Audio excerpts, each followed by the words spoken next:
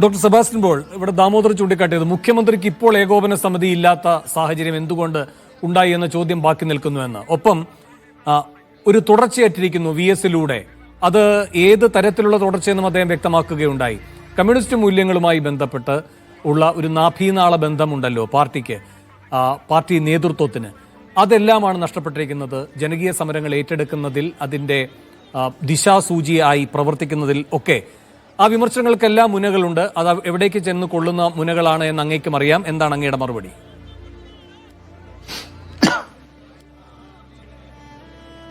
അല്ല, പാർട്ടിയുടെയും സർക്കാരിൻ്റെയും പ്രവർത്തന രീതിയും ശൈലിയിലും വലിയ മാറ്റം വന്നു കഴിഞ്ഞു. അതുകൊണ്ട് മുൻപ് ഏകോപന സമിതി ഉണ്ടായിരുന്നു, മറ്റു രീതിയിലുള്ള സംവിധാനങ്ങളുണ്ടായിരുന്നു. ഇതിന് വി എസ് പാർട്ടി സെക്രട്ടറി ആയിരിക്കുമ്പോൾ പാർട്ടിയുടെ ഒരു ആധിപത്യവും നിയന്ത്രണവും ഭരണത്തിന്റെ മേൽ പോലും ഉണ്ടായിരുന്നു. ഇന്നിപ്പോൾ ആ കാലമൊക്കെ മാറിയിരിക്കുന്നു എന്ന് പറഞ്ഞത് ശരിയാണ്. കാലം മാറുമ്പോൾ പല രീതികളിലും മാറ്റം വന്നുകൊണ്ടിരിക്കും. വിപ്ലവത്തിന്റെ പിന്തുടർച്ച അത് ആർക്കായിരിക്കും, ആരാണത് ഏറ്റെടുക്കാനുള്ളത് എന്ന് ചോദിച്ചാൽ വിപ്ലവത്തിന്റെ തന്നെ സ്വഭാവത്തിൽ മാറ്റം വന്നിരിക്കുന്നു. ഒരു വി എസ് ഒക്കെ നമ്മളെ പരിചയപ്പെടുത്തിയ, അല്ലെങ്കിൽ AKG പരിചയപ്പെടുത്തിയ ഒരു കമ്മ്യൂണിസ്റ്റ് പ്രത്യയശാസ്ത്രമോ അല്ലെങ്കിൽ ആ രീതിയിലല്ലല്ലോ ഇപ്പോൾ കാര്യങ്ങൾ മുന്നോട്ട് പോയിക്കൊണ്ടിരിക്കുന്നത്. കമ്മ്യൂണിസത്തിന് തന്നെ മാറ്റം വന്നിരിക്കുന്നു.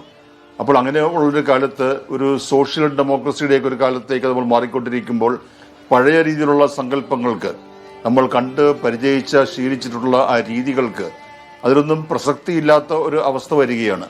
അതുകൊണ്ട് പോരാട്ടങ്ങൾ ഇല്ലാതെയാകും എന്ന് ഞാൻ കരുതുന്നില്ല. പോരാട്ടങ്ങൾ ഇല്ലാതെയാവില്ല, വിപ്ലവത്തിന് അന്ത്യം ഉണ്ടാവുകയുമില്ല.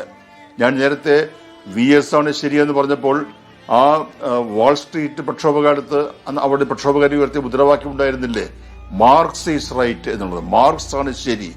അപ്പോൾ ഒരു മുതലാളിത്ത വ്യവസ്ഥിതിയിലും മാർക്സിനെ ഓർമ്മിക്കുന്നു, മാർക്സിന്റെ വിപ്ലവത്തെ ഓർമ്മിക്കുന്നു എന്ന് പറഞ്ഞാൽ അടിസ്ഥാനപരമായി മനുഷ്യന്റെ ജീവിതം തന്നെയാണല്ലോ. ആ ജീവിത പ്രശ്നങ്ങൾക്ക് പരിഹാരം തേടുമ്പോൾ വിപ്ലവത്തിനും മുദ്രാവാക്യങ്ങൾക്കും പ്രത്യയശാസ്ത്രത്തിനും എല്ലാം പ്രസക്തി ഉണ്ടാകും. പക്ഷെ അത് നമ്മൾ കണ്ട് ശീലിച്ച രീതിയിൽ തന്നെ മുന്നോട്ട് പോകണം എന്നില്ല. അതുകൊണ്ട് വി എസ് നടത്തിയ രാഷ്ട്രീയ പ്രവർത്തനം ഇനി ഉണ്ടാകുമോ എന്ന് ചോദിച്ചാൽ ഉണ്ടാവാൻ സാധ്യത വളരെ വളരെ വിരളമാണ്. വി എസിനെ പോലൊരു നേതാവ് ഉണ്ടാകുമോ, വിപ്ലവകാരി ഉണ്ടാകുമോ എന്ന് ചോദിച്ചാൽ അതിനുള്ള സാധ്യതയും വിരളമാണ്. നമുക്കുള്ളത് ഒരു മാതൃകയാണ്, ഒരു ടെക്സ്റ്റ് ബുക്കാണ്, നോക്കി പഠിക്കുന്നതിനുള്ള ഒരു പുസ്തകം. അങ്ങനെ ഒരു അവസ്ഥയിലേക്ക് ഒരാൾ ഉയർത്തപ്പെട്ടിരിക്കുന്ന കാഴ്ചയാണ് ഇപ്പോൾ നമ്മൾ കണ്ടുകൊണ്ടിരിക്കുന്നത്. അവിടെയാണ് വി എസിന്റെ പ്രസക്തി ഉള്ളത്. വി എസിന്റെ ഒരു പകർപ്പ്, ഒരു ശരിപ്പകർപ്പ് ഇനി ഉണ്ടാകുമോ എന്ന് ചോദിച്ചാൽ ഉണ്ടാവില്ല എന്ന് തന്നെ ഈ രാത്രിയിൽ നമുക്ക് പറയേണ്ടി വരും.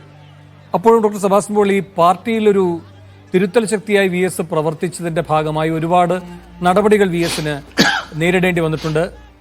വി എസും തിരുത്തിയിട്ടുണ്ട്. വി എസിന്റെ നിലപാടിനനുസൃതമായി പാർട്ടി തിരുത്തേണ്ട നിർബന്ധ സാഹചര്യവും ഉണ്ടായിട്ടുണ്ട്.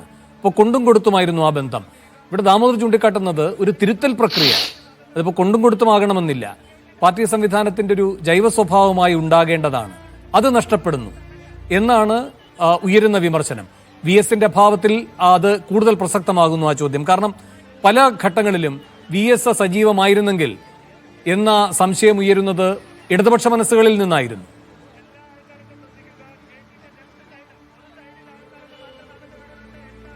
അതെ, പല പ്രധാനപ്പെട്ട ഘട്ടങ്ങളിലും സന്ദിഗ്ധാവസ്ഥയിലും ഈ ചോദ്യം, അല്ലെങ്കിൽ ഈ ഒരു പ്രത്യാശ, അത് ഇടതുപക്ഷ മനസ്സിൽ നിന്ന്, ഹൃദയത്തിൽ നിന്ന് തന്നെ ഉയർന്നു വരുന്നതാണ്. വി എസ് ഉണ്ടായിരുന്നെങ്കിൽ എന്ന്.